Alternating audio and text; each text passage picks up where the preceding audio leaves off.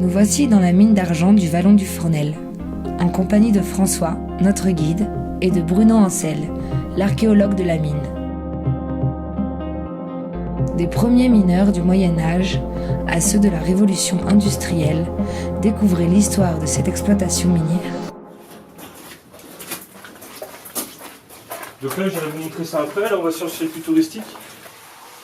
Et donc là, on a une grille qui a été creusée il y a à peu près 700 ans. Là, autour de nous, d'accessible, on a à peu près 6 km de galerie. Elle est du 18e, celle-ci, fin 18e siècle.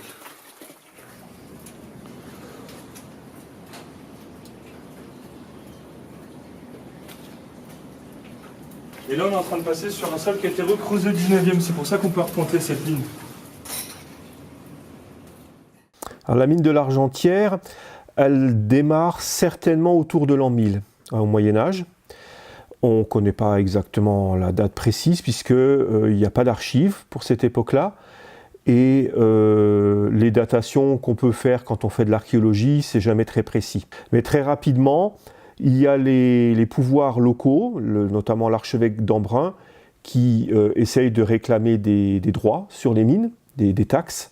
Et c'est à ce moment-là que les premières mentions apparaissent vers le début du XIIe siècle. Bon, là encore, on tombe sur le schiste à droite. Vous voyez, la courdite est là, tout autour de nous. À droite, il y a un petit puits de recherche, et là, la galerie continue par ici. Donc là, on a tout un tas de minerais, mais qui n'est pas assez concentré pour avoir été exploité. Alors, la particularité de la mine d'argent de l'Argentière, c'est que les filons sont encaissés dans des roches très très dures, des quartzites. Et que donc, dans la première période d'exploitation, au Moyen-Âge, il n'y avait pas d'autre possibilité pour attaquer la roche que d'utiliser le feu, puisqu'on ne connaissait pas encore les explosifs.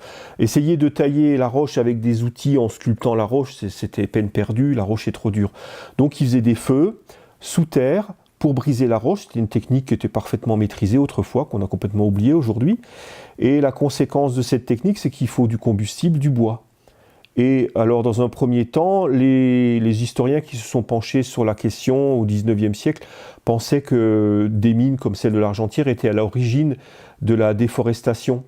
Au XIXe, les forêts étaient en mauvais état et donc on pensait que ça pouvait remonter à l'époque des mines qui avaient abîmé les forêts. On a fait des études sur les petits charbons de bois qu'on retrouve dans les remblais. Ça a permis de savoir qu'est-ce qu'ils utilisaient comme essence, du mélèze, du pin, et qu'en aucun cas on observe d'essence qui serait liée à de la déforestation. Puisque quand on coupe une forêt complètement, il y a d'autres arbres qui commencent à pousser, qui caractérisent justement des zones de montagne qu'on a complètement dévastées.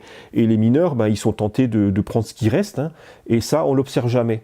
Donc on pense qu'au Moyen-Âge, ils étaient capables de gérer parfaitement les ressources forestières.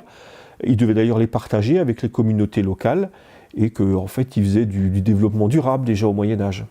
Donc là, tu es sur le niveau d'exploitation et c'est là le niveau d'aération. Et là, tu vois la trace de la fumée qui colore la roche.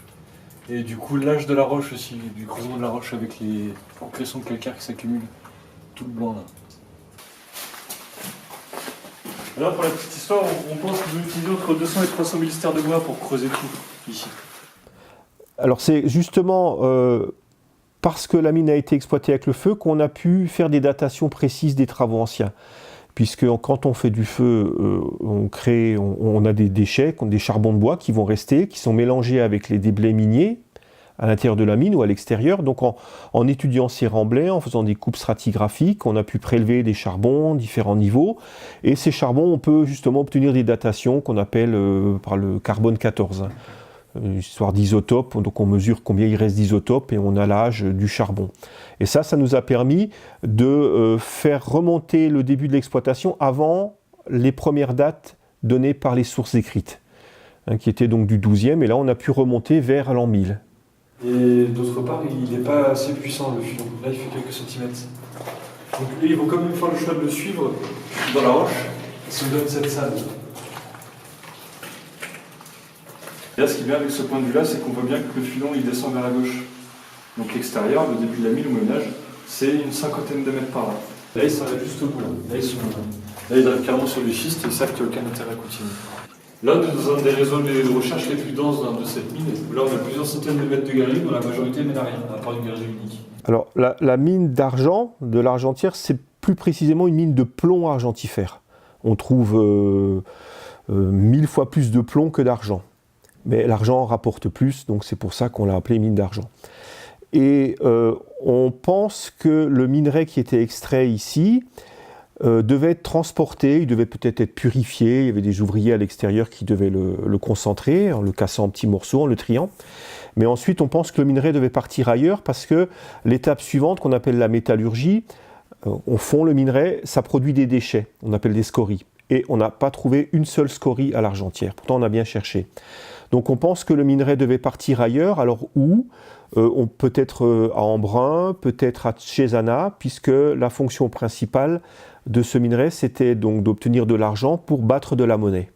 Alors il est certain que la proximité de la mine près de la grande voie de circulation qu'est la vallée de la Durance a dû jouer un rôle. Ça a dû faciliter l'exportation du minerai vers les lieux de fonderie et de monnaie, ça c'est certain. On a aussi, je crois, un historien a trouvé une mention comme quoi du minerai était descendu le long de la Durance sur des radeaux, mais pour des époques assez tardives, vers le 14e, 15e.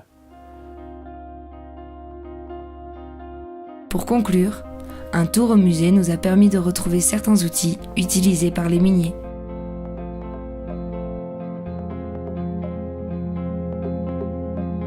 Pour en savoir plus sur ce patrimoine industriel, rendez-vous donc au musée en compagnie des guides pour une visite de la mine.